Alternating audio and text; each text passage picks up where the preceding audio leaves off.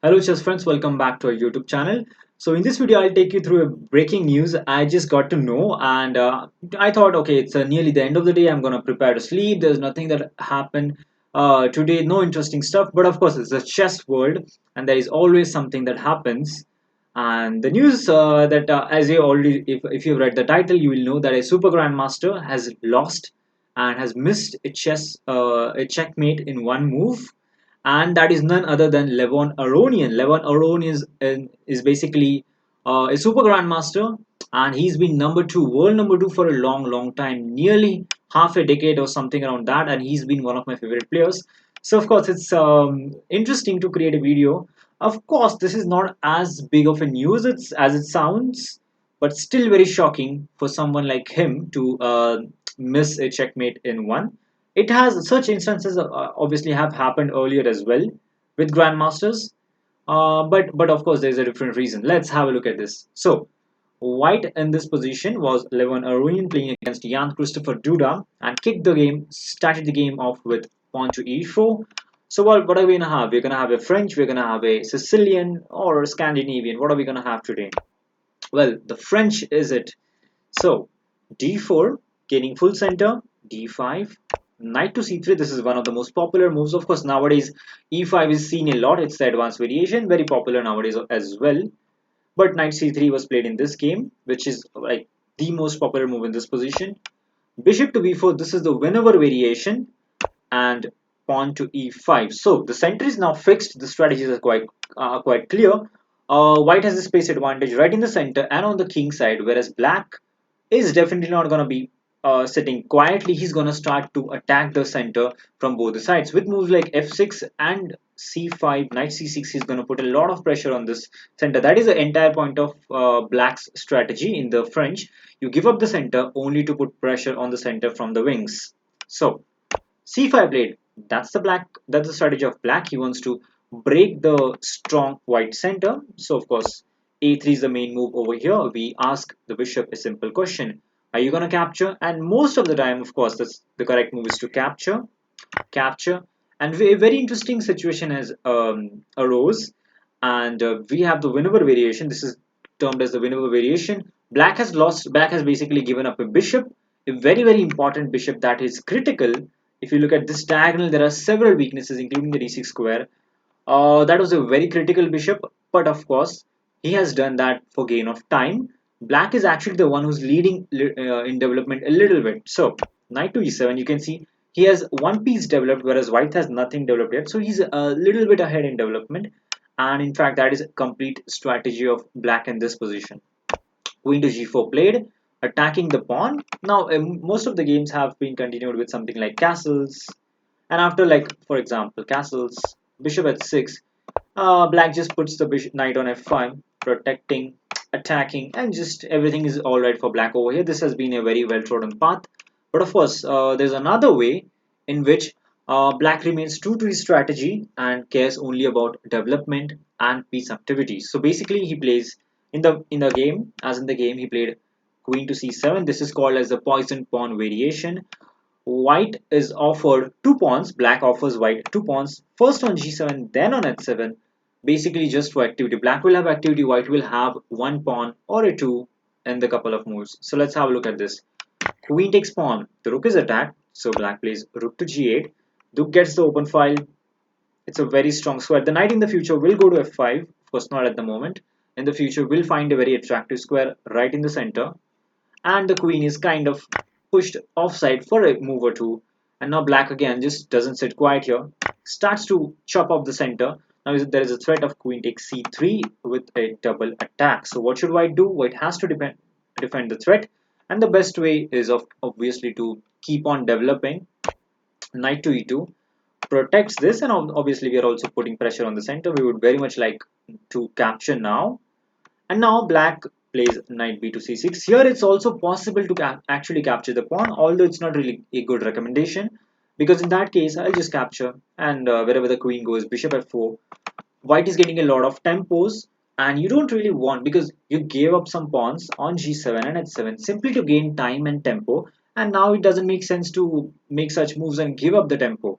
Instead, you would like to keep the initiative And it's basically not about the pawns anymore when both the kings are in the center. Pawns don't really matter. What matters is activity. What matters is development. So of course, black is not going to be greedy over here. After the move knight e2, he maturely plays knight b to c6, attacking the center pawn, of course, but with a knight and not grabbing it like a greedy person with a queen. So this is development over materialism. Now white obviously protects the center. In fact, the entire reason white has an advantage, if he has any kind of advantage in this position, is because of his center pawns, and he needs to keep the center pawns. This center pawn gives him space in the center, and it kind of restricts the black pieces. Although, despite of all of that, black pieces you can see are actually finding comfortable squares.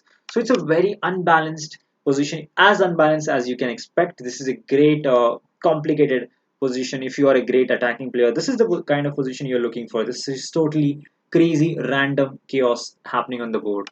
So d into c3, black captures the pawn, and he would very much like to support the pawn with a move like d4, and then continue with development like knight to d5. Very interesting strategy. White realizes that his queen is in Siberia and tries to get it back with the move queen to d3. Now black can play normally with bishop d7 and then try and castle over here. It's a normal strategy, but again, as we have discussed, black's entire strategy till this point has been to give up pawns, but rather get development, and he continues with his strategy. True to his strategy, he plays d4. By the way, guys, all of this has happened again and again. This is basically mainline theory, and this kind of stuff has happened a lot of times. It's not the first time these moves are going to be made on the board. So basically, this is a pawn sacrifice. Black offers another pawn for white. In order for white to waste his time in order to capture the pawn, he'll have to spend some time, and in the time being, black will find some attractive square for his pieces, like the knight can go to d5 or f5 in the meanwhile. So, I am offering you a pawn in order to get activity and good squares for my pieces. It's a very well good, interesting trade. White, of course, takes it. White has been grabbing material throughout the game, so he keeps grabbing material. Black obviously wants development. So knight takes, queen takes. You can see the only piece that white has realistically developed, because all the rest are exchanged, is the queen. And how many pieces have black developed? Knight, rook, queen. So comparatively, black is much ahead in development, although he's down a pawn or two, but he's much ahead in development, and that is one thing that black wanted. So black got what he wanted. Black wanted activity, he has activity. White wanted material, he has material. It's an opposing kind of strategy. One player has activity, one has material. These are two elements of chess, two very well-known elements of chess. Let's see which one tops the other. Black obviously continues with the strategy of development, continues with bishop d7. The bishop actually can go to c6, a very attractive diagonal over here, and put pressure on white's position. This basically means that the king has no safe square either on the king side or on the queen side. Everything is wide open. So white is soon gonna find himself in trouble. So white decides what's the best kind of strategy when your opponent has such active pieces. Exchange the queens. Exchange the queens so the attack is neutralized. So he plays queen to d6. Now actually, black can just take and play knight f5 and get the pawn back. Basically, it will be equal position, dead equal position. But then in that position, white has bishop pair, and he'll be able to stabilize himself. So white is actually it's a very smart move, queen to d6. Black does not want to give up the initiative so easily by exchanging pieces. Whenever you're attacking, you have the initiative. Always keep most amount of pieces on the board and try to create an attack with your active pieces. This is what players like Tal did. I have recently I've been studying a lot of Tal games, and this is one common thing in his games. He avoids exchanges as much as possible to later on use his pieces to attack his opponent. This is what an aggressive player does. So of course, Duda here plays queen a5. He doesn't want to exchange queens. Queen to b4. Levon insists. Please exchange queens, because after that, your leading development hardly matters. It's an endgame, and although in the endgame the king will be opened up, it's pretty okay to have an open king in an endgame. It's pretty much alright if your king is in the center, because there are no heavy pieces, or less heavy pieces I would say, without the queens. It'll be okay if white's king is still in the center. So white's strategy is very simple: exchange queens so the attack is gone. Black, however, keeps the queen on with queen to d5, keeps the queen on, keeps the attack on, and puts pressure. Now white can obviously gain material, which he has been doing a lot. but that will be extremely dangerous because then black can actually continue with rook to c8, rook to d8. That'll be horrible for him for being so materialistic in this game. So of course white puts a full stop to his greediness and decides it's time to develop some pieces. So I'm gonna go for a4. Obviously it doesn't develop a piece, and white is still following his strategy. The main point is, of course, this is like a favorite move of Fischer and a very typical move in the Winawer. It has been played for centuries. The point is, your bishop is quite active. Black does not have a dark square bishop, which means your bishop can actually find a home on this diagonal, this beautiful diagonal. It can probably even sit on the d6 square. And Fisher actually calls this entire Winover variation as an error or a positional, sort of a positional misjudgment or something. He did not really believed in the Winover because of the dark square weaknesses that are around the black king. So of course, this strategy with playing a4 and bishop a3 is very common and very well known throughout the Whenever, in the history of the Whenever, of course. Black realizes that the bishop is going to come on e3, so he just his knight will be under attack, so he just plays a very interesting prophylactic move, knight to f5. Knight moves away, knight is no longer a target and finds a very attractive home for himself. Now this knight is looking at some interesting squares around the board, and that's a pretty attractive piece. It's half an octopus, not a full octopus knight, of course. And in this position, Levon Aronian blindly plays a move, a very standard move, I would say. It's a very common standard idea that has been played for hundreds of times in the Whenever. Bishop to a3, but obviously miss something very obvious. His plan was, of course, to go, let's say something like bishop d3, take this knight, and once the knight is gone, threats like queen e7 are looming around the position. Of course, that's a very long-term planning. What he actually missed was, can you guys find it out? It's a very simple move. I'll give you half a second to find this move. It's, of course, queen to d2, checkmate. This is what a super grandmaster missed, and I would say, although this is a very shocking news, it's not the first time that such kind of things have happened, and it's not such a horrible move. It is a horrible move, of course, for a world number two to miss this. But considering that he played bishop a3, which has been played a million times in this position, it's a very standard move. He just made a very instinctual move. In that way, it's normal, but also it tells us something about the nature of chess.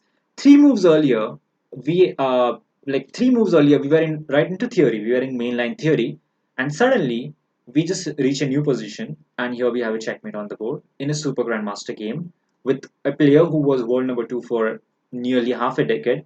This is what is a shocking news, and I thought it's time to cover up this news. So I thought, okay, let's make it the breaking news of the day. So hope you enjoyed this. Of course, Levon should not be treated harshly for this. I think this is a mistake that can happen, and it happens to most of us in online games. But to super grandmasters, I'm not really sure.